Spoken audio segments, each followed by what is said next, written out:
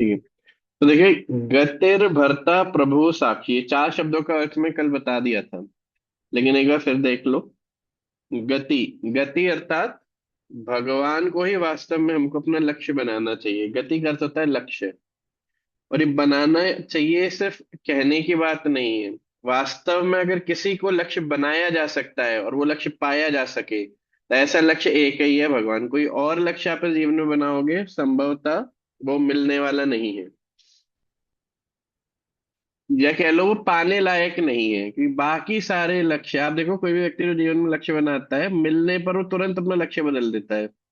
आपका ऐसा अनुभव रहा होगा कि जैसे क्या बोलते हैं, जब नौकरी लगती है तो व्यक्ति को लगता है कि हमारा इतना पैकेज हो। फिर जब इतना हो जाता है तो लक्ष्य बदल देता है, बोला ना इतना चाहिए, इतना तो कम पड़ रहा है, और चाहिए और चाहिए। अर्थात अपने अपने लक्ष्य को बदलता रहता है, क्योंकि वास्तव में एक ऐसा लक्ष्य है जिसके मिलने पे बाकी कोई कामना ना बचे। वो एक ही ऐसा लक्ष्य है, वो कौन है? कृष्ण। तो बुद्धिमानी इसी बात में है कि हमको कृष्ण को पाने का अपना उद्देश्य बनाना चाहिए, कुछ और पाने का नहीं। कुछ और पाने का प्रयास करोगे तो उसमें वैसा आनंद आने वाला नहीं है जैसा आप सोच के बैठे हो। कई बार लोग सोचते हैं ऐसे कि प्रभु जी एक बार हम वर्ल्ड टूर करने जरूर जाना चाहते हैं, और बहुत पैसा जुटा के प्रयास भी करते हैं जाने का, लेकिन जब घूम के आते हैं तो बोलते हैं कि ठीक है मुझे, लेकिन ऐसा नहीं था जैसा हम सोचे थे। जो हमारे विचार थे कि ऐसा लगेगा, वैसा नहीं था। समझ पा रहे हो बात? सबके साथ होता है, जो भी वो अपना अंदाजा बना के चलता है कि ऐसा करने पर हमें वैसा सुख मिलेगा, मिलता नहीं है। सिर्फ सोचने सोचने में ही वो सुख मिलता है, लेकिन जब वो स्थिति घटती है तब उतना सुख नहीं मिलता। तो ऐसा कौन सा लक्ष्य है जिसे मिलने पर वास्तव में सुख मिले? तो वो है कृष्ण। इसलिए बोला गया है गति। गति अर्थात जीवन के उद्देश्य को भगवान को ही बनाना चाहिए, और कुछ नहीं। जितना और कोई उद्देश्य बनाओगे उतना दुर्गति हमको प्राप्त होगी, पहला। दूसरा, बाकी कोई भी लक्ष्य आप अपनाओगे उसको पाने में भी आपको बहुत दुख मिलेगा, और मतलब पाने की जो प्रोसेस है उसमें भी बड़ा दुख मिलेगा, और उस लक्ष्य के मिलने के बाद भी बड़ा दुख मिलेगा। जैसे कई लोगों का उद्देश्य होता है कि हमको आईएएस अफसर बनना है, तो आईएएस की तैयारी में भी बड़ा कष्ट होता है। आईएएस बनने के बाद भी उस व्यक्ति का जीवन देखा एक दो दिन के लिए सलाम ठोकर आएगा, लेकिन उसकी फिर बाद में बड़ी दुर्गति होती है। कहीं इधर ट्रांसफर उधर ट्रांसफर, ये जिम्मेदारी वो जिम्मेदारी, कहीं इस नेता की चापलूसी उस नेता की चापलूसी। हर चीज में, किसी भी चीज में आप लगा लो। तो सोचे कि हम अपना लक्ष्य बनाते हैं कि अपने बच्चों को एक बहुत अच्छे स्कूल में पढ़ाई या बहुत अच्छी नौकरी के लिए उसकी तैयारी कराएंगे। तो अब देखो उस पूरी मेहनत में जो घर वाले होते हैं उनको बहुत एनर्जी जुटानी पड़ती है। खूब पैसा कमाएंगे, ध्यान रखेंगे, अपने पूरे निजी जीवन में ही बहुत सारे सेक्रीफाइस करने पड़ते हैं। और जब बच्चा उस उपाधि पे पहुंच जाता है तो बाद में पता चलता है, मतलब जैसे उसकी कृतज्ञता खत्म हो जाती है। उतना जैसा आप सोचे थे कि हमारा सम्मान करेगा, हमारे बुढ़ापे का सहारा बनेगा, वैसा कहाँ होता है। सारे माँ बाप अपने घर में सोच रहे होते हैं कि काश अपने बच्चे को हमने ऐसा पढ़ाया होता, ये बताया होता, वो बताया होता। तो वो जैसा वो सोचे थे वैसा रिजल्ट नहीं आता। पकड़ पा रहे हो आप इस बात को? तो उस पाने में भी कष्ट है, मतलब पाने की जो प्रक्रिया है उसमें भी कष्ट है, और पाने के बाद भी कष्ट है।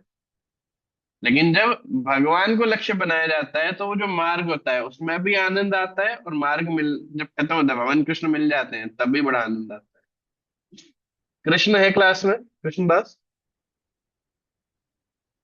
हाँ प्रभु जी। तो कैमरा खोलने में कष्ट हो रहा है? नहीं, खोल रहा हूँ बस। 1 घंटे की पूरे दिन में क्लास होती है, और उसके लिए भी आपको पता नहीं कितनी प्रिपरेशन करनी पड़ती है। आपको पता नहीं टाइम क्या है क्लास का। सॉरी प्रभु जी, वो थोड़ा लेट है।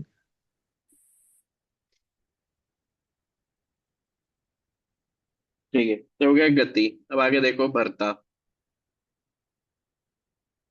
गतिर भरता, भरता अर्थात पालन करता। तो वास्तव में किसी भी व्यक्ति के पूरे मतलब उस किसी भी व्यक्ति के पूर्णतः जो पालन करने वाले हैं वो एकमात्र कृष्ण होते हैं। बाकी सब जो स्थितियों से दिखाई देती है कि हम अपनी नौकरी कर रहे हैं, इधर इस व्यक्ति ने सहायता कर दी, उस व्यक्ति ने सहायता कर दी, तो ये सब भगवान ही अलग अलग माध्यमों से आपके जीवन में कुछ सहायता भेजते हैं, आपका पालन करते हैं। जैसे माँ के गर्भ में बच्चे का पालन वास्तव में कौन कर रहा होता है? माँ को भी नहीं पता होता कि हमारा बच्चा क्या है, लड़का बनेगा लड़की बनेगा, क्या है उसके अंदर, बुद्धिमान होगा कि भोंदू होगा, क्या होगा वो। लेकिन भगवान ही वास्तव में माँ के गर्भ में बच्चे का पूरा पूरा पालन करते हैं। माँ का गर्भ बस क्या, माँ अपने गर्भ में बस क्या होती है, एक स्थान दे देती है किराए पे, किराए का घर होता है, स्थान देती है। उस माँ के गर्भ में माँ के अलग अलग अणुओं के माध्यम से ही भगवान उस व्यक्ति का पूरा पालन कर लेते हैं, और सिर्फ वहीं नहीं, बाहर निकलने के बाद भी। कई बार ऐसा देखा जाता है कि कोई व्यक्ति किसी समस्या में पड़ जाए, वो सोचता है कि मैं कैसे यहाँ से बाहर निकलूं, विचार करता रहेगा लेकिन कोई सोल्यूशन नहीं निकलेगा, फिर एकाएक उसको कोई जैसे उपदेश सूझेगी कि अरे यहाँ से बाहर ऐसा कर लेंगे तो हमारी सहायता हो जाएगी। तो एकदम से कौन सा जाए उसे उपदेश। वो आपने देखा है कभी एग्जाम में ऐसा होता है कि एक बच्चे को एक क्वेश्चन का कोई आंसर आ नहीं रहा है, बड़ी देर से सोच रहा है, आ नहीं रहा है, आ नहीं रहा है, लगा है, वो बहुत विचार किया लेकिन नहीं आया, और फिर दूसरे प्रश्न का उत्तर लिखने चला तब एकाएक आ गया। इसको यहाँ पे, हम लोग पहले प्रोग्रामिंग करते थे तो उसमें ऐसा कोड कोड लिखना होता था। तो कई बार सोचते रहते थे कि ये काम करने के लिए क्या लाइन लिखी जाए, यहाँ पे वो सोचते रहते थे, कुछ मिलता नहीं था। तो एक है, कभी बाइक पे जा रहे हैं तुरंत क्लिक कर जाता था, अच्छा यार ऐसे लिख दो तो ये काम बन जाएगा। मन बोलता है गीता में मत्ता स्मृति ज्ञानम अपोहनम च, मुझसे ही स्मृति और ज्ञान उजागर होता है, मुझसे ही स्मृति आती है और मुझसे ही ज्ञान आता है। और मुझसे ही भूल आती है, भगवान ही भुला देते हैं और भगवान ही याद दिला देते हैं। तो वास्तव में पालन करता अगर सृष्टि में कोई है तो एक ही है, वो है कृष्ण। बाकी जितने लोग हैं वो माध्यम है। जैसे अगर खत भेजा जाए, यहाँ से मान लो मैं नोएडा से आगरा एक खत भेजूं, तो जो पोस्टमैन है वो खत ले जाने वाला है, लिखने वाला नहीं है ना। मतलब मनी ऑर्डर भेजा जाए, मनी ऑर्डर होता है ना, पहले मनी ऑर्डर जाते थे, तो जो पोस्टमैन होता था वो मनी ऑर्डर लेके जाता था, लेकिन पैसा भेजने वाला कौन था? व्यक्ति। और जो पोस्टमैन है वो बस लेके जाने वाला होता था ना, समझ पा रहे हो बात को?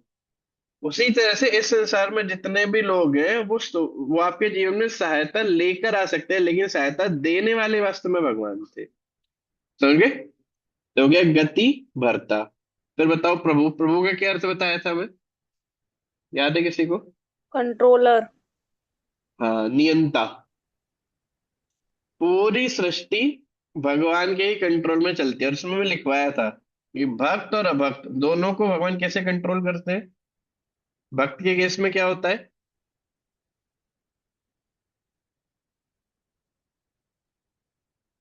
भक्त के भगवान कैसे नियंत्रण करते हैं?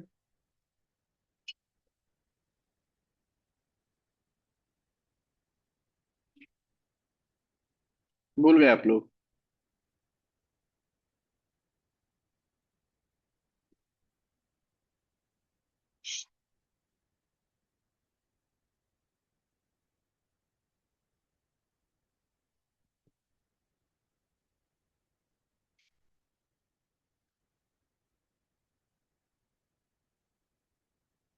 कल लिखवाया नहीं था मैंने? अब भक्त को कैसे कंट्रोल करते हैं भगवान, अब भक्त को कैसे करते हैं, अब भक्त का जीवन कैसे चलाते हैं, अब भक्त का जीवन कैसे चलाते हैं?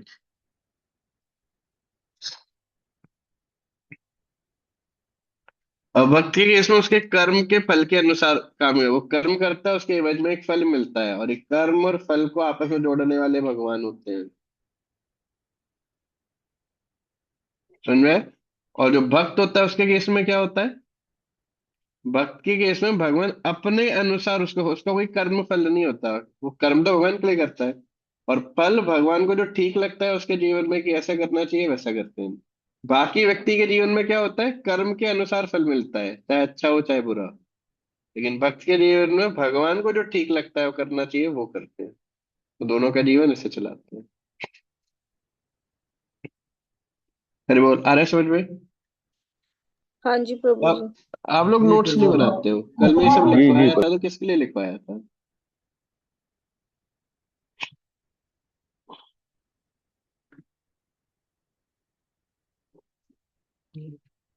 आप तो यहाँ पे बोलते रहो, बोलना आपका काम है, लिखे ना लिखे हमारी इच्छा। हमारे नींद तो भगवान है, आप थोड़ी है। भाई लिखना चाहिए ना, आप लोग याद नहीं रखोगे तो मनन नहीं होगा, मनन नहीं होगा तो जीवन में परिवर्तन नहीं होगा। ऐसे थोड़ी है कुछ 14 लोग बच्चे हैं।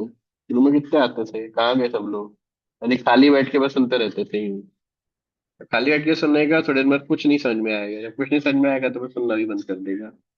बाकी सारे काम कर लेगा, उनमें कष्ट झेल लेगा वो, बाहर दुनियादारी के कष्ट सारे झेल लेगा, लेकिन 1 घंटा बैठ के गीता नहीं सुन पाएगा। क्योंकि इसमें वास्तव में कृपा की आवश्यकता पड़ती है, ऐसी संभव नहीं होता है गीता भागवत का ज्ञान समझ लो। इसलिए प्रयास करना पड़ता है ना। फोटो खिंचाने के लिए नहीं बैठना चाहिए इनको, ठीक से पढ़ना चाहिए।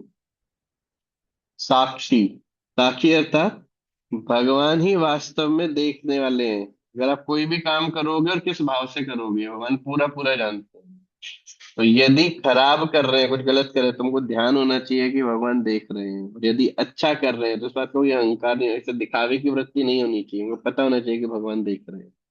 कई बार होता है हम कुछ कार्य किए और फिर उसे दिखाने की कोशिश करते हैं, देखो हम किए थे ये। तो ये सब नहीं होना चाहिए। भगवान वास्तव में जानते हैं कि आप क्या किए हो, किस उद्देश्य से किए हो, किस भाव से किए हो, भगवान उसके एवज में उसका फल दे देते हैं। बहुत ज्यादा अपने आप को लाइमलाइट में लाने का प्रयास नहीं करना चाहिए। साक्षी। अब आ जाओ आगे। निवास शरणम सुहृत, 3 शब्द है ये। निवास, निवास अर्थात जैसे गुरुपाद जी ने निवास शब्द का अर्थ किए हैं धाम, इसलिए अलग अलग आचार्य अलग अलग अर्थ किए हैं। ये वाला अर्थ अच्छा है, धाम बहुत अच्छा है। धाम अर्थात जैसे किसी भी क्षेत्र में जहां पे भक्ति करने के, या कह लो भक्ति के अनुष्ठान करने का प्रभाव आसान हो जाए, बढ़ जाए, उसको बोलते हैं धाम। जैसे उदाहरण के तौर पे एक माला आप नोएडा शहर में बैठ के करो, और एक माला वृंदावन में यमुना किनारे बैठ के करो, दोनों में अंतर होगा कि नहीं होगा? यहाँ पे सामान्य व्यक्ति भी माला करता है, कितना ही अच्छा कर ले, कहीं उधर से कोई चिल्ला रहा है, इधर से कोई चिल्ला रहा है, यहाँ इसकी दौड़ उसकी दौड़, सब चीजें लगी रहती हैं। लेकिन वही वो एक माला वृंदावन में यमुना किनारे बैठ के कर, उसका बहुत तगड़ा प्रभाव पड़ता है। धाम का अर्थ होता है जहां पे भगवान की वास को आसानी से अनुभव किया जा सके। देखो, एक होता है धाम और एक होता है तीर्थ, ये दोनों अलग अलग होते हैं। तीर्थ और धाम एक नहीं होता। धाम होता है जहाँ पे भगवान स्वयं रहे हैं, उसे बोलते हैं धाम। और तीर्थ अर्थात कोई भी ऐसे पुण्यकारी स्थान। जैसे मान लो हरिद्वार है, हरिद्वार तीर्थ है, और वृंदावन धाम है। वृंदावन में रहे हैं ना भगवान। हरिद्वार में कई सारे योगी जन या कई सारे तपस्वी जन जाके तपस्या की है, इसलिए वो एक अच्छा तीर्थ है। लेकिन धाम है वृंदावन। समझ गए? जहाँ पे भगवान रहते हैं वो बनता है धाम। और बाकी जो सामान्य स्थान होते हैं, सामान्य वाला सामान्य तो नहीं है, जहाँ पे साधु लोग रहते हैं, भजन करते हैं, उसका कोई जैसे कुछ वैसा ही कुछ उद्देश्य रहा हो, कुछ रहा हो, कोई वहां पे पवित्र नदी हो, तो वो सब बन जाता है तीर्थ। तो निवास अर्थात भगवान के रहने का स्थान, उसे बोलते हैं धाम, या कह लो निवास। और भगवान बोलते हैं कि धाम किसी, जैसे मान लो वृंदावन है, वृंदावन से ज्यादा इफेक्टिव जहां पर भगवान रहता है वो होता है कोई भक्त का हृदय। तीर्थी कुर्वन्ति तीर्थानि, एक श्लोक आता है कि जहां पे भगवान का विशेष भक्त रहता है, वो जगह अपने आप ही धाम बन जाती है। मान लो भगवान का कोई विशेष भक्त यहाँ दिल्ली में आ जाए, तो उस समय दिल्ली भी धाम बन जाएगा। दिल्ली धाम बन जाएगा, तो जहां पे वो भक्त रह रहा है वो स्थान भी धाम बन जाएगा। उसके साथ रहना या किसी धाम में रहना, दोनों में कोई अंतर नहीं है। समझ पा रहे हैं बात? या किसी घर में जहाँ पे डायरेक्टली भगवान की सेवा होती है, वो भी धाम होता है। जैसे अगर विग्रह हो और उनकी बहुत अच्छे से सेवा चल रही है, वो भी धाम बन जाता है, क्योंकि वहां पे भगवान रह रहे हैं ना। तो जहाँ पे भगवान रह रहे हैं वहां से वो धाम होता है, धाम में भगवान नहीं रहते हैं। क्या बात समझ में आई? दोनों में क्या अंतर है?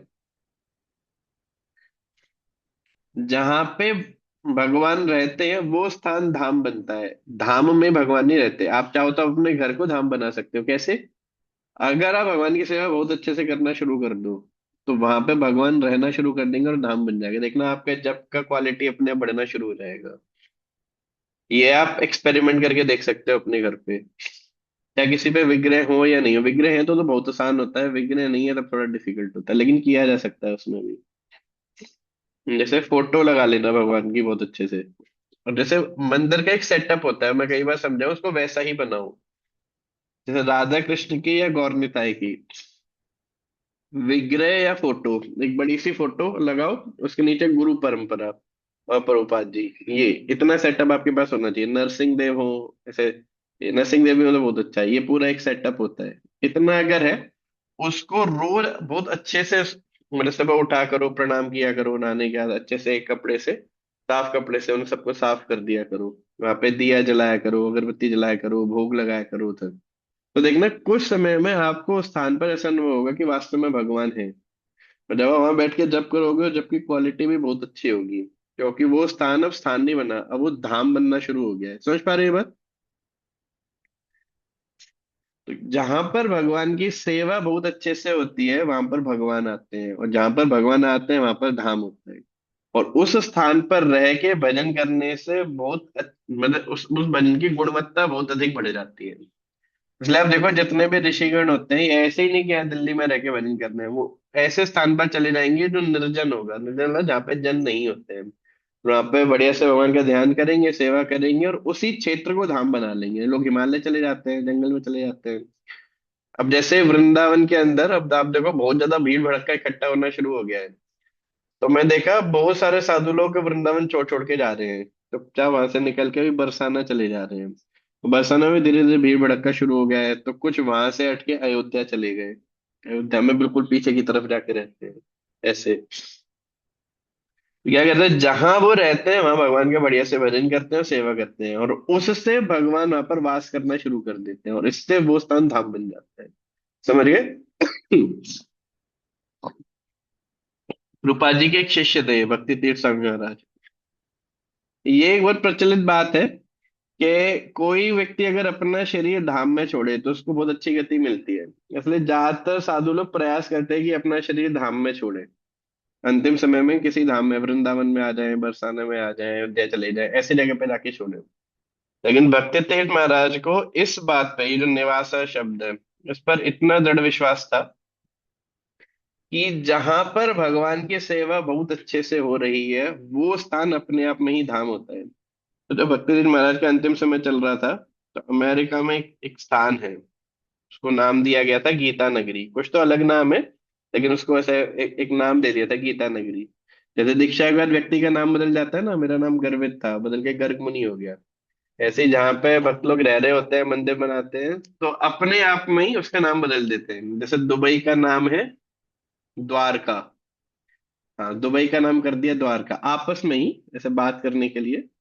ऐसे ही वो एक स्थान है, उसका नाम पड़ गया गीता नगरी, वो अमेरिका में है। तो जब उनका अंतिम समय था तो गीता नगरी में ही रहे थे। उससे बहुत सारे लोग बोले कि महाराज आप चाहो तो वृंदावन चल सकते हैं। बोला ना, प्रभुपाद के सारे मंदिर धाम है, मैं यहाँ पर भी शरीर छोड़ूंगा तो वही गति मिलेगी हमको। उनका साथ तो बड़ा अटल विश्वास था, और वास्तव में ऐसा ही हुआ। जो लोग उनके साथ थे अंतिम समय पे, इतनी आश्चर्यजनक घटनाएं घटने लगी थी। जब भक्ति महाराज के बिल्कुल अंतिम समय चल रहा था, तो यहाँ बरसाना के कुछ साधु लोग उधर गए हुए थे अमेरिका में किसी कार्य से। और मतलब बिल्कुल एग्जैक्टली ऐसा टाइम बैठा कि जिस समय वो वहां पहुंचे तभी भक्ति जी महाराज का बिल्कुल अंतिम समय था। और किसी तरह उनको वो इन्फॉर्मेशन पहुंच गई कि यहाँ पे एक साधु है जो अपना शरीर छोड़ रहा है। तो बरसाना के वो साधु डायरेक्टली भक्ति तीर्थ महाराज के पास गए, और जब वो यहाँ से गए थे, तो राधा कुंड का जल लेकर, ब्रज की रज लेकर, गोवर्धन शिला लेकर, बहुत सारी चीजें लेके गए थे। तो सब भक्ति तीर्थ महाराज के आसपास रख दिया। वो क्षेत्र अपने आप में वास्तव में धाम बन गया था। राधा कुंड पहुंच गया वहां, गोवर्धन पहुंच गए वहां पे, सब आ गए थे उधर ही। और खूब कीर्तन हुआ था जब महाराज अपना शरीर छोड़ रहे थे। तो बिल्कुल वो धाम में रहने के समान था, वो कुछ अंतर नहीं, समान क्या वो धाम ही था। ऐसे में अक्ति महाराज अपना शरीर छोड़े थे, और वो शरीर छोड़ रहे थे। तो जो भी वहां पे था, राधानाथ महाराज एक थे, वो बोल रहे थे कि बिल्कुल ऐसा लगता था भक्तिजीत महाराज को प्रभुपाद जी दिख रहे आते, और बोलते हुए भक्तिजीत महाराज के समय में, से Prabhupada is coming to take me, he fulfilled his promise, he has come to take me. Prabhupada ji हर शिष्य से वादा किए थे कि यदि वो अच्छे से भजन किया और भगवान की सेवा की तो प्रभुपाद जी स्वयं आएंगे अपने शिष्यों को लेने, लोकधाम लेके जाने के लिए। तो अंतिम समय में जब वो सब बोल रहे थे कि देखो प्रभुपाद जी आ रहे हैं, और उसके थोड़ी देर बाद जैसे वो सब बोलते बोलते आए, और फिर प्रभुपाद भक्ति महाराज अपना शरीर छोड़ दिए, बोल के कि नाउ आई एम गोइंग, अब मैं जा रहा हूँ। और फिर शरीर छोड़ दिए, चले गए वो। एक मिनट। हरे कृष्णा। हरे कृष्णा। प्रभु मेरी क्लास चल रही है अभी।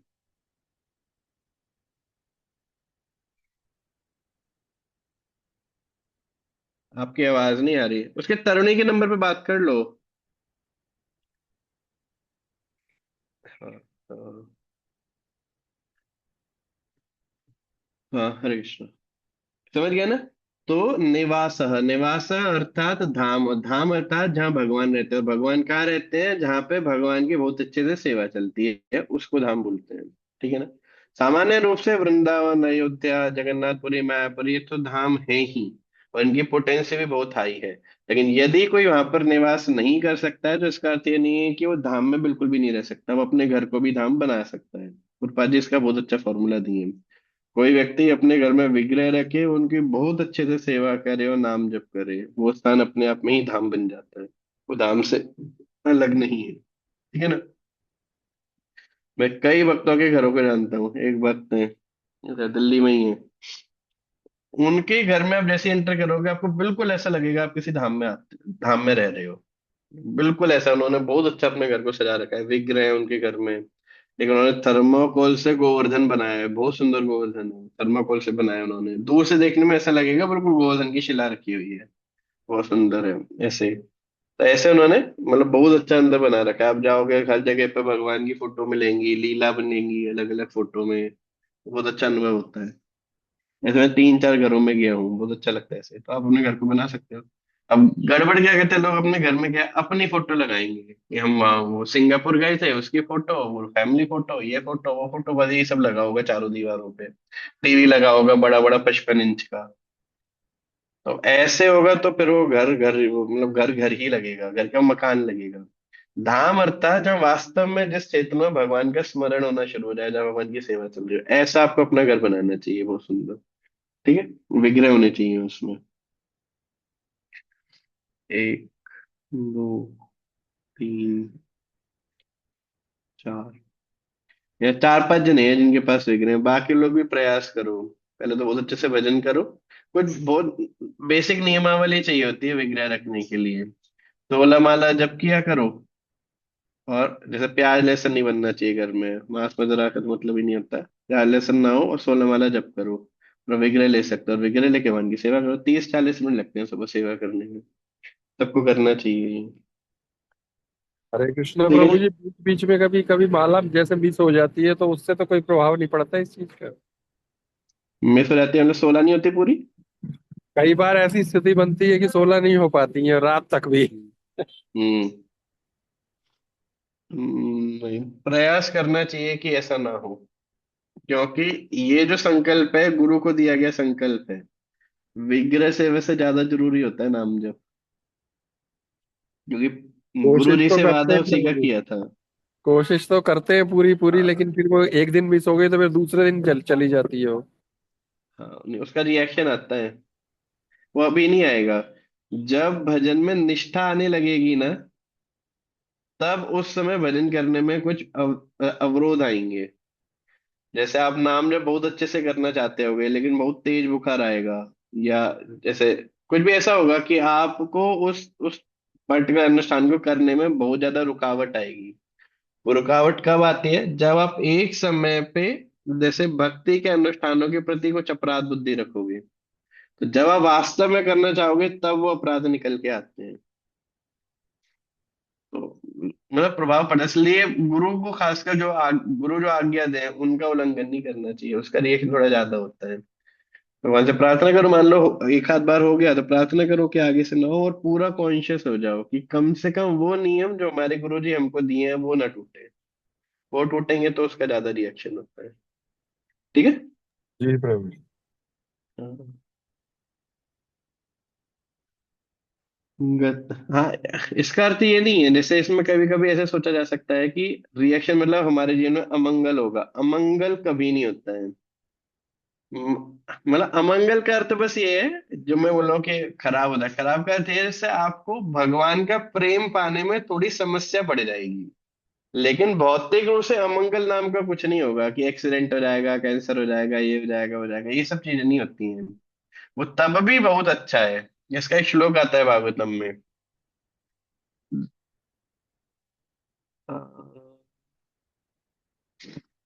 किसी को ध्यान है वो श्लोक?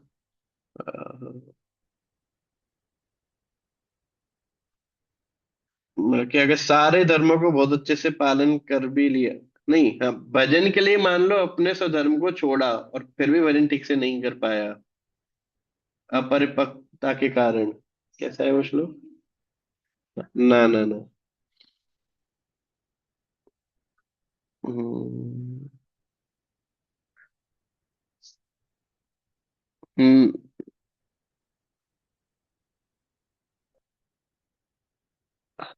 अब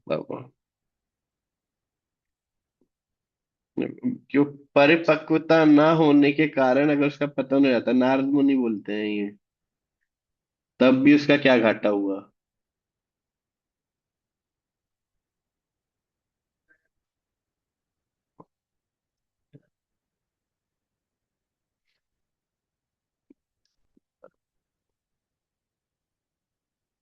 वो रट्टा पड़ा था श्लोक, अभी स्लिप कर गया दिमाग से। परिपक्व, भजन पक्वोत पतित ततो यदि, ऐसे करके आता है वो। को वा भद्र भूत मुष्य किम। देखना कोई से गूगल सर्च करके उसको। भजन अपक्वोत पतित ततो यदि।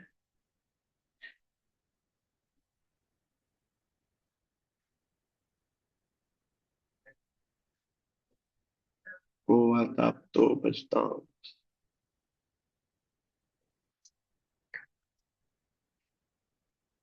मतलब भजन के, भजन अपक्व, भजन परिपक्व नहीं हुआ। पक्व तो पतित, लेकिन उससे भजन परिपक्व नहीं हुआ, उसका पतन हो गया। पतित तो यदि, तो भी क्या? गोवार्थ आप तो भजताम स्वधर्मता, कि अगर अपने स्वधर्म को बहुत अच्छे से पालन कर भी लेता तब भी उसका क्या लाभ था? कम से कम भगवान के लिए कुछ समय अपना भजन के लिए तो निकाला, तो वो तो उसका परमानेंट रिजल्ट मिलेगा। तो कभी जीवन में अमंगल नहीं होता। बस ये है, जैसे जो चीज हमको बहुत जल्दी मिल सकती थी अब वो थोड़ा देर से मिलेगी, तो क्यों वो देर करना? उस सेंस में आता है कि गुरु जी की आज्ञा का भी उल्लंघन नहीं करना चाहिए, कि जो चीज हमको बहुत आसानी से मिलने वाली थी वो थोड़ी और दूर से रख जाएगी, बस इतना होता है।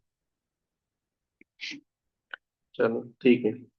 ये हो गया निवास। अब आ जाओ शरणम पे। मिल गया मेरे को। क्या है बता? त्यक्त्वा स्वधर्मं हाँ, चरणाम्बुजं हरिं। त्यक्त्वा स्वधर्माम तरणाम भुजम हरे भजन पक्वत पते ततो यदि। फिर आगे। यत्र को वा भद्रं यत्र क्वाभद्र भूतमुष्य किम।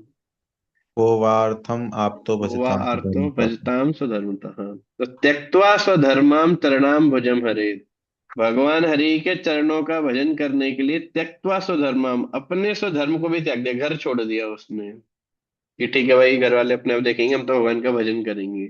तो त्यक्त्वा स्वधर्माम चरणाम भुजम हरे, भजन हरि का भजन करने के लिए उसने ऐसा डिसीजन लिया। भजन अपक्वोत पतित तो यदि, लेकिन भजन में परिपक्व हुआ नहीं, आलसी रह गया, भजन परिपक्व किया नहीं अपना, इधर उधर बेचारा भटक गया और उससे पतन हो गया। पतित तो यदि, क्या क्या है फिर?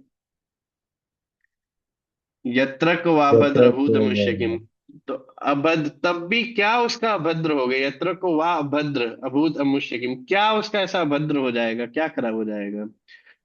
फिर आगे क्या है? एक मिनट। को वार्थ आप्तो को भजतां अर्थ सुधर्मतः। आप तो भजताम स्वधर्मता। अपने स्वधर्म का अगर बहुत अच्छे से पालन करता और भजन नहीं करता तब भी उसका क्या लाभ? तो क्या लाभ होने वाला था उसका? वैसे भी कुत्ता गधा घोड़ा बिल्ली बनता। लेकिन अब कम से कम भजन करने के लिए थोड़ा रिस्क लिया, उससे उसका कितने कितने जन्मों का फायदा हो जाएगा। क्या नुकसान है? कुछ भी नुकसान नहीं है, नारद मुनि बोलते हैं ये। वास्तव में प्रयास करना चाहिए कि विग्रह उनकी अच्छे से सेवा करें और घर को ही धाम बनाए, जहां भगवान की सेवा होगी वही वास्तव में निवास है, वही वास्तव में धाम है, वही जगह रहने लायक है। तो आ जाओ अगले शब्द पे, वह शरणम। शरणम अर्थात वास्तव में एकमात्र स्थान जहां पर शरण लेने पर निर्भयता आ जाए तो वो है भगवान। तो यहाँ शरणम पे लिख लो एरो लगा के। निर्भय देने, निर्भय करने वाला स्थान उसे बोलते हैं शरणम। निर्भय करने वाला स्थान, उसको बोलते हैं शरणम।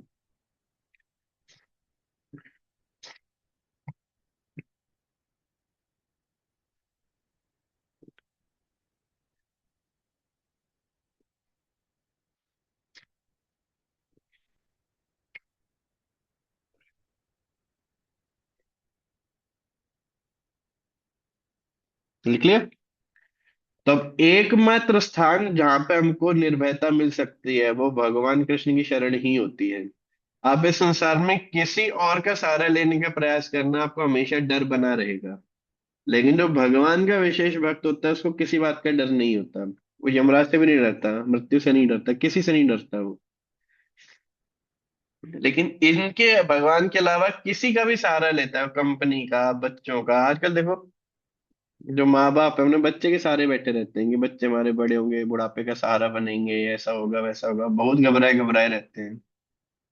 खास का देखा जाता है, मान लो किसी माँ बाप की एक यंग, ऐसे बिल्कुल जवान लड़का था और वो कहीं एक्सीडेंट में सहा हो गया, तो एक तो होता है व्यक्ति के जाने का गम, वो तो होगा ही। लेकिन उसके साथ साथ एक डर भी बना रहता है, अब हमारा बुढ़ापे का सहारा कौन बनेगा, अब हमारा बुढ़ापे का सहारा कौन बनेगा, कौन बनेगा जी, कौन बनेगा। तो बस उनको इस बात से घबराहट होती रहेगी। लेकिन जो भगवान का सहारा ले लेता है, भगवान की शरण ले लेता है, उसको इस बात की कोई घबराहट नहीं होती। इसलिए वो निर्भयता पूर्वक भगवान की सेवा करते हैं। उसे पता है कि भविष्य क्या है। आज भी भगवान चला रहे हैं, पहले भी भगवान चला रहे थे और आगे भी चलाएंगे। जब वो बालक नहीं था, पूर्व जन्म में हमको कौन चलाया, भगवान नहीं चलाए थे, और आगे भी भगवान चलाएंगे। बच्चा भी कब तक चला, क्या पता बच्चा ही एकदम निखट्टो निकल जाए। तो देखा जाता है, मतलब बच्चा बड़ा हो गया, कई बार तो ऐसी स्थिति में होता है कि माँ बाप ही बेचारे बच्चे को बचा के रख रहे होते हैं, कहीं वो कुछ पी पवा के कहीं कुछ केस कराया। तो वास्तव में किसी के इधर उधर सहारे के भरोसे बहुत ज्यादा नहीं जीना होता, भगवान के भरोसे ही हमको जीना चाहिए।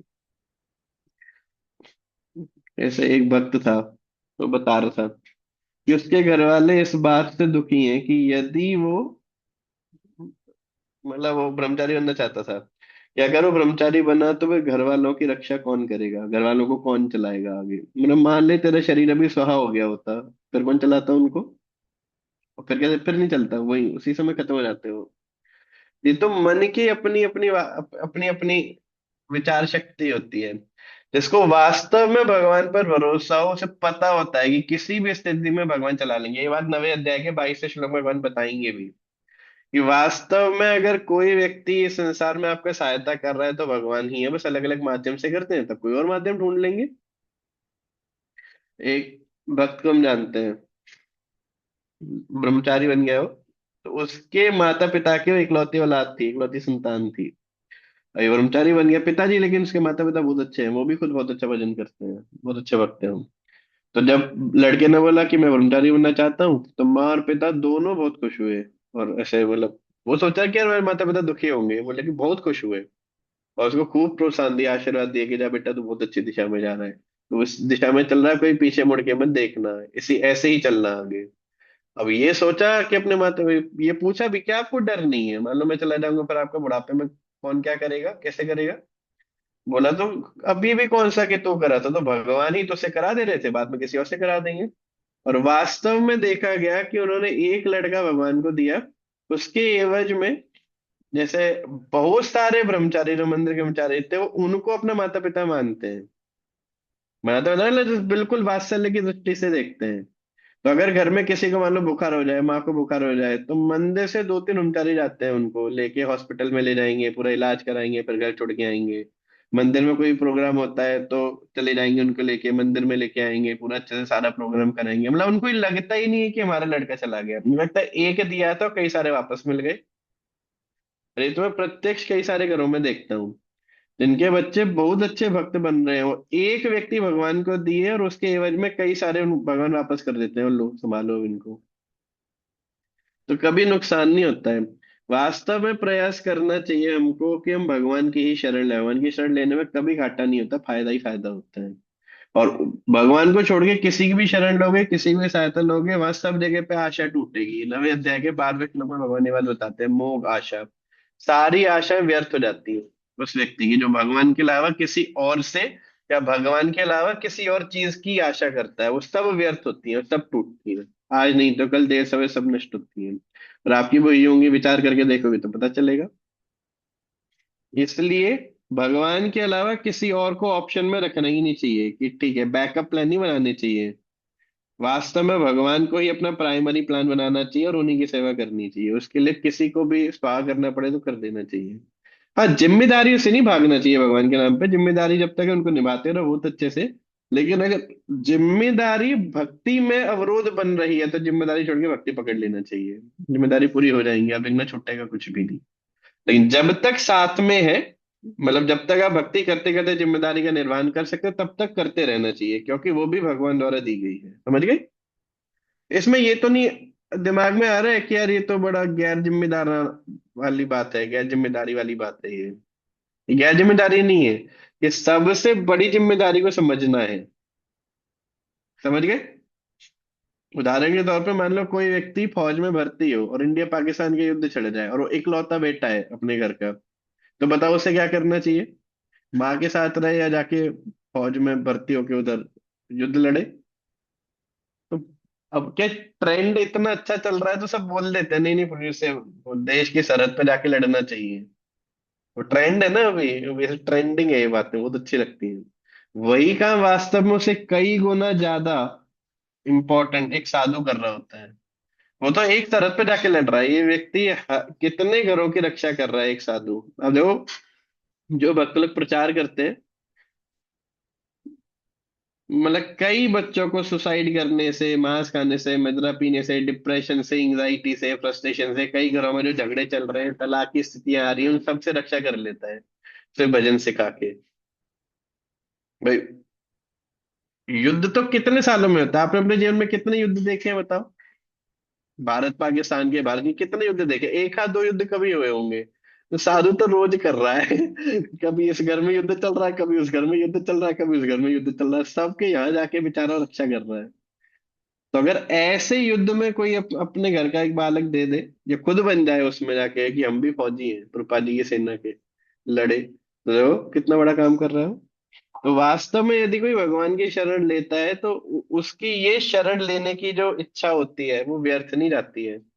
ये जो सेक्रीफाइस कर रहा है वो कहने कहने का सेक्रीफाइस है, कर रहा है वो, तो उसका कोई नुकसान नहीं होता। एक बार एक व्यक्ति हमको बोला कि प्रभु जी आप बहुत रिस्क लेते हो। एक वक्त बोला हमको, वृंदावन में आया था, क्या प्रभु जी बहुत रिस्क लेते हो? तो मैं उसको समझाया कि रिस्क तब है जब विश्वास नहीं हो। जैसा रिस्क, कब रिस्क वर्ड कब आएगा? ना आपको डाउट हो कि गड़बड़ भी हो सकता है, तब कहेंगे ना कि रिस्क है। मान लो मैंने 1 लाख रुपए किसी लॉटरी में लगाए, यार ये रिस्क है, फायदा हो गया तो बहुत बड़ा फायदा, नहीं तो नुकसान है, तो रिस्क है ये रिस्क। तो रिस्क तब है जब आपको डाउट हो कि यहाँ गड़बड़ भी हो सकती है। और भगवान की शरण लेने में कोई डाउट नहीं है, तो रिस्क कैसा? रिस्क नहीं है ना, ये तो गारंटी है। समझ में आ रहा है बात? फिर मैंने बोला कि यदि भगवान की शरण नहीं ले रहे हो तो वो भी गारंटी है 100% कि उसमें दुर्गति होगी। तो यदि कोई भक्ति कर रहा है उसमें भी रिस्क नहीं है, वो भी गारंटी है, पक्का उसका मंगल होने वाला है। और कोई भक्ति नहीं कर रहा है, भगवान के लिए संसार को नहीं छोड़ा है, जैसे ऐसे ही बस किसी तरह अपने साम्राज्य को लेके चल रहा है, ऐसे ही भोग दृष्टि से जी रहा है, उसकी भी गारंटी उसकी दुर्गति होगी। तो बोला कि मेरे को कोई रिस्क नहीं है, मैं तो पूरा 100% सेफ गेम खेल रहा हूँ। हमने ऐसा चीज पकड़ा है इसमें कभी नुकसान होता ही नहीं है। और जो व्यक्ति ये नहीं कर रहा है, मानो सिर्फ अपने अपने लिए जी रहा है, उसके पास भी रिस्क वाली चीज नहीं है, वो उसका भी पक्का गारंटी है कि उसकी दुर्गति होगी। तो या तो इधर होगा मामला या उधर होगा, या तो पक्का है निहाल हो जाएगा या फिर बेहाल हो जाएगा, पक्का है, इसमें कोई डाउट नहीं है। तो रिस्क नाम का तो भक्ति में कुछ होता ही नहीं है। पूरी गारंटी है कि अगर कोई भगवान की शरण लिया है तो पक्का पार होगा, तो कुछ नुकसान नहीं होने वाला। समझ पा रहे हैं ये बात? शरणम, शरणम मतलब भगवान, भगवान की वास्तव में शरण लेने से किसी भी तरह का कोई भी नुकसान नहीं होता, और वही एक वास्तव में शरण देने वाले, शरण के अधिकारी, शरण देने के अधिकारी हैं, और कोई नहीं है। किसी और के लोगे ना तो वो दे सकता है और ना आप उसकी ले पाओगे। ना तो शरण दे पाएगा, उसमें इतनी सक्षमता नहीं है, ना आप उससे शरण ले पाओगे, सुखी नहीं होगे, बहुत एंग्जाइटी में रहोगे। समझ गए? तो हो गया शरणम। फिर अगला देखो, सुहृत। सुहृत अर्थात शुभ चाहने वाला, लिख लो। सुहृत अर्थात शुभ चाहने वाला।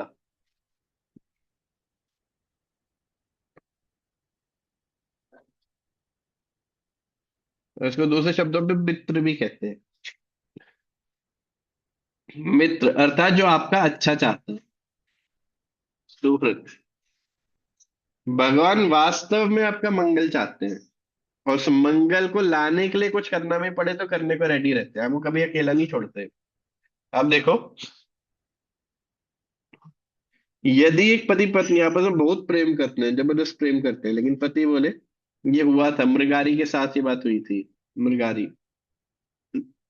रत्नाकर की कहानी सुने। वाल्मीकि जैसे पहले, वाल्मीकि पहले गए थे रत्नाकर थे, तो उनके साथ भी घटना घटी थी। रत्नाकर को नारद मुनि बोलते हैं कि देखो भाई, तुमने इतना पाप कमाया, इतना पाप कमाया है कि ये देखो तुम्हारी क्या क्या दुर्गति होने वाली है। नारद मुनि दिखाते हैं कि क्या क्या तुम्हारे साथ घटनाएं घटने वाली है अगर तुम भक्ति नहीं किए तो वो रत्नाकर बोलता है कि मेरे साथ अकेला क्यों होगा, मेरे पाप में मेरी पत्नी भी मेरी सहभागी है, मेरे बच्चे भी मेरे सहभागी है, मैं उन्हीं के लिए तो कर रहा था, तो थोड़ा तो उनको भी मिलेगा, सब मुझे थोड़ी मिलेगा। तो उसने बोला कि जाके एक बार अपनी पत्नी से बात करो कि आधा पाप अगर वो ले ले तो पूछ लो, अगर इतने ये जो कष्ट है आधा वो ले ले तो उसको दे देना, मैं ऐसा कुछ कर दूंगा कि आधा उसको मिल जाएगा। बात करके देखो, लेकिन वो मान जाए तो बोला हाँ हाँ क्यों नहीं, तो इतना कर जाता है अपनी पत्नी से बात करने।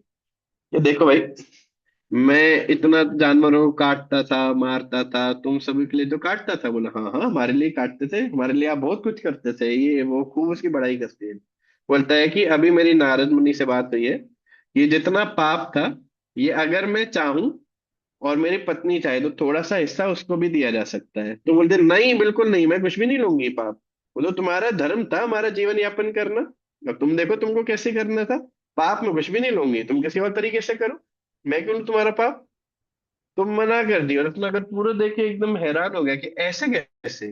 फिर वो अपने बड़े बेटे के पास गया, उसने बोला कि देख भाई, तेरे को पढ़ाने लिखाने ये सब सुविधाओं के लिए मैंने ये काम किए थे, तो थोड़ा हिस्सा तू भी ले ले पाप का। तो भी मना कर दिया, ना ना ना, कि पिताजी मैं कुछ भी नहीं लूंगा, वो तो आपका धर्म था, आपको आपको कैसे करना है आप देखो। तो तब रत्नाकर की आंख खुलती कि जिसके लिए मैं इतने सारे पाप करने चला था, वो थोड़े से भी पाप को लेने के भागी नहीं बन रहे। तो वापस आता नाग मुनि के पैर में पड़ जाता है कि अब आप बताओ मैं क्या करूं, इससे मुझे बाहर निकलना है। तो बोलते हैं कि अब राम राम राम राम जपो, वो आगे की कहानी आती है, समझ गए बात। तो वास्तव में कोई नहीं इस संसार में जो आपके साथ अगली गति में जाने वाला है, भगवान ही हृदय में आपके बैठे रहते हैं। आप जहाँ जाओगे भगवान भी साथ साथ चलते हैं, और बस तब इस बात का इंतजार करते हैं कि कब आप उनको बोलो कि हमको भी भजन करना है। भगवान बस इसीलिए साथ में चलते हैं, मतलब शरीर चलाने के लिए तो प्रकृति के द्वारा चला सकते हैं, लेकिन जैसे बाप अपने बेटे को कभी भी अकेला नहीं छोड़ता है, ऐसे ही भगवान कभी अपने किसी भी अंश को अकेला नहीं छोड़ते हैं। अगर आप सुअर के शरीर में जाओगे तो भगवान भी साथ में सुअर के शरीर में जाते हैं, समझ रहे। अगर आप कीड़ा बनोगे तो भगवान भी उस शरीर में रहेंगे, उस कीड़े के शरीर में आपके साथ, अकेला नहीं छोड़ेंगे। और बस वो इंतजार करते रहते हैं कि कब आप बोलो कि भाई अब बहुत हो गया, अब हमको भजन करना है, भगवान के पास जाना है। तो भगवान वहां आपकी इच्छा देखते ही प्रकृति को आदेश देते हैं कि भाई ये भजन करना चाहता है, व्यवस्था करो गुरु की इसके लिए। तो फिर उसके जीवन में ऐसी ऐसी घटनाएं घटना शुरू होंगी जिससे भक्तों के साथ मिलेगा, भजन करना सीखेगा, भक्ति में आगे बढ़ेगा। तो भगवान ही वास्तव में उसकी इन इच्छाओं का वेट करते रहते हैं, साथ में बैठे रहते हैं, वही है जो वास्तव में एक जीवात्मा का मंगल चाहते हैं। और ये इतनी गहरी बात है, आपको प्रयास करने से आपको पकड़ पाओ। आज का समाज का क्या, मैं हमेशा से ये था, समाज ऐसा है कि कोई अपने बच्चे का भी वास्तव में मंगल नहीं चाहता है। और ये पर नहीं कैसी बात कर रहे हैं, हम अपने बच्चे का खूब मंगल चाहते हैं। मंगल हम किस बात का समझते हैं कि मेरे बेटे की नौकरी लग जाए यूएस में, ये बड़ा मंगलकारी है, मेरा बेटा आईएएस अधिकारी बन जाए, ये बड़ा मंगलकारी है। लेकिन बेटा अगर बोल दे कि ना हमको तो भजन करना है, तो उसके यहाँ से माला छीन लेते हैं। हमको बहुत अच्छे से ध्यान है 2013 में, जब हम पहली बार हमको ये माला मिली थी माला करने के लिए, तो मैं और एक मेरा मित्र था रूम में, वो भी हम दोनों माला करते थे। तो उससे की माँ एक दिन हॉस्टल में आई थी, और हम दोनों ऐसे जप कर रहे थे बैठ के, उसने देखा कि बेटा जप कर रहा है, तो मेरे सामने की बात है बिल्कुल, उसके हाथ से माला छीन ली, बोला ये करने के लिए भेजा है तेरे को यहाँ पे, पढ़ाई करो ठीक से। अच्छी अच्छी नौकरी लगाना तुम, ये क्या है माला वाला कर रहे हो, और लेके चली गई, दी नहीं उसको। बताओ। अब वास्तव में क्या मांगे, क्यों करवानी है उससे अच्छे से पढ़ाई? क्योंकि भाई वो पढ़ाई करेगा तो पैसा कमाएगा, पैसा कमाएगा तो अच्छा घर बनाएगा, फिर हम अच्छे से आगे का जीवन जिएंगे। तो स्थिति बहुत खराब है वास्तव में आज के समय पे। जो कहता ना कि हम आपके बहुत शुभकारी हैं, अरे पहले पता ही नहीं है कि शोहरत होता क्या है। हमको ध्यान है, मैं जब छोटा था, मतलब मैं और मेरी बहन को एक बार वो हो गया था, बुखार हो गया था। मैं सोचा यार इसको बुखार हो रहा है, मैं इसके लिए क्या करूं। तो मेरी बहन को कचौड़ी खाना बहुत पसंद था, और मम्मी पापा उस टाइम थे नहीं, उनको आगरा जाना पड़ा था, हम लोग मेरठ में थे उस समय, उसकी तबीयत खराब हो गई थी। तो वहां से चले थे, लेकिन वो शाम तक आएंगे, और इसको बुखार हो रहा था, तो मम्मी पापा ने दवाई बताई, मैं दवाई तो दे दी, और ये कुछ खा नहीं रही थी, वैसे भी कम ही खाते थे। तो कचौड़ी खाना बहुत अच्छा लगता था, तो मैं क्या किया, बाजार से कचौड़ी लेके आया इसके लिए, एक प्लेट में कचौड़ी चटनी वटनी डाल के बढ़िया से इसको दी, और ये खा भी ली। अब क्या हुआ उल्टी और शुरू हो गई, बुखार भी खराब हो गया और बढ़ गया।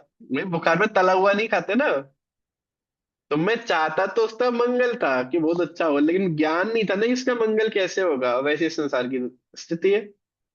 चाहते तो है हमारे बच्चों का मंगल हो, लेकिन मंगल है क्या और होगा कैसे किसको पता है।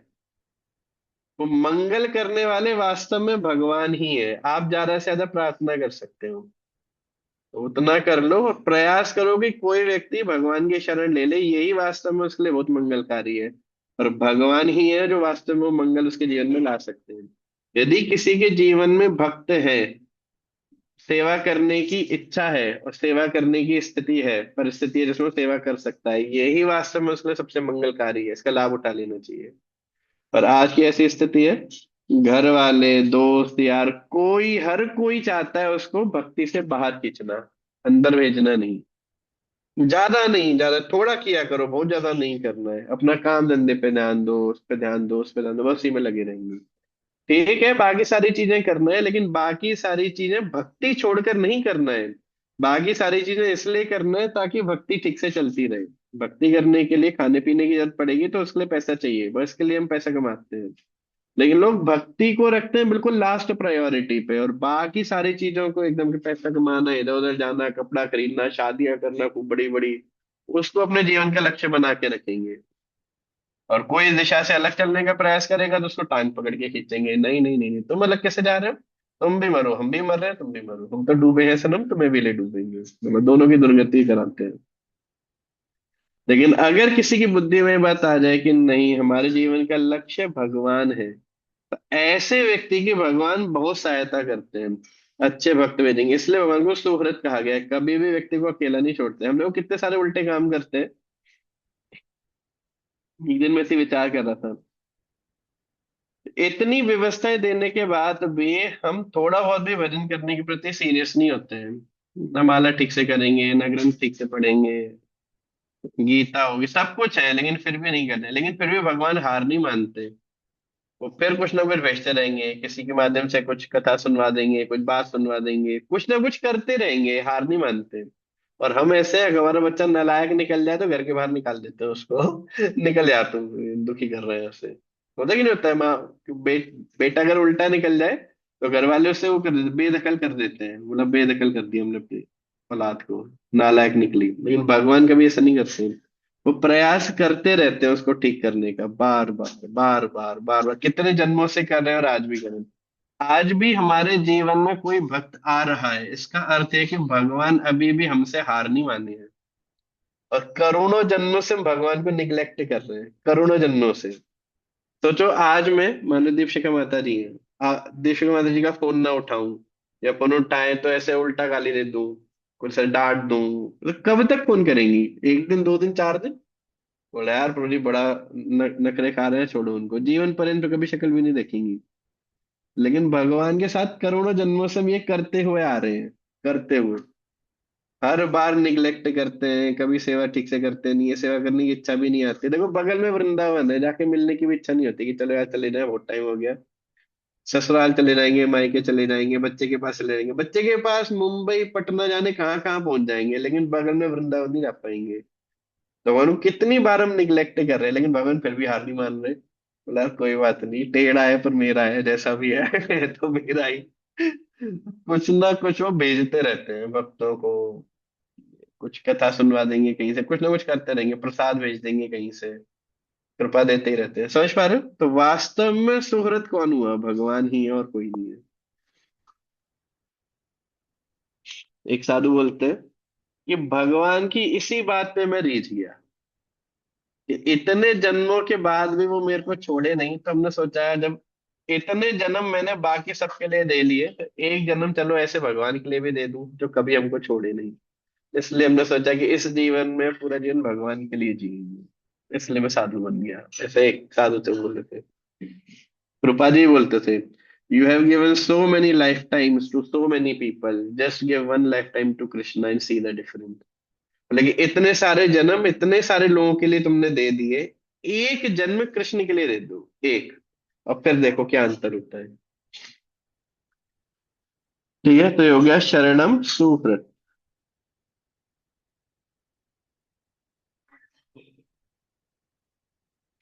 शरणम में एक बात रूपा जी और लिखे हैं इसके तात्पर्य में, कि कई बार, हाँ कई बार क्या है, बहुत विशेष रूप से देखा जाता है कि भगवान के अलावा भी लोग कई सारे देवी देवताओं की शरण लेते हैं। कहीं दुर्गा पूजा, और ये इस अलग अलग तरह के विधान करेंगे श्रद्धा के साथ, कि कहीं ये बुरा ना मान जाए, दुर्गा जी बुरा ना मान जाए। शिव जी, साईं बाबा भी मैंने देखा कुछ लोग साईं बाबा की पूजा करते हैं। साईं बाबा तो कुछ भी नहीं है, देवता भी नहीं है, कुछ भी नहीं है, लेकिन बस उनके पिताजी करते होंगे तो हम भी कर रहे हैं, कि बाई चांस साईं बाबा हुए और वो बुरा मान गए तो रिस्क नहीं लेने का। रिस्क नहीं लेना थोड़ा सा भी। तो ऐसे नहीं है, पर ये लिख रहे हैं कि वास्तव में एकमात्र शरण कृष्ण की ही लेनी चाहिए, उसमें घबराना नहीं चाहिए। कृष्ण को ही केंद्र बना के रखो और उन्हीं की पूजा करो, किसी और की कुछ नहीं करना है। बाकी सारी देव देवता अपने आप ही संतुष्ट हो जाते हैं फिर। ठीक है जी। किसी का प्रश्न है कोई?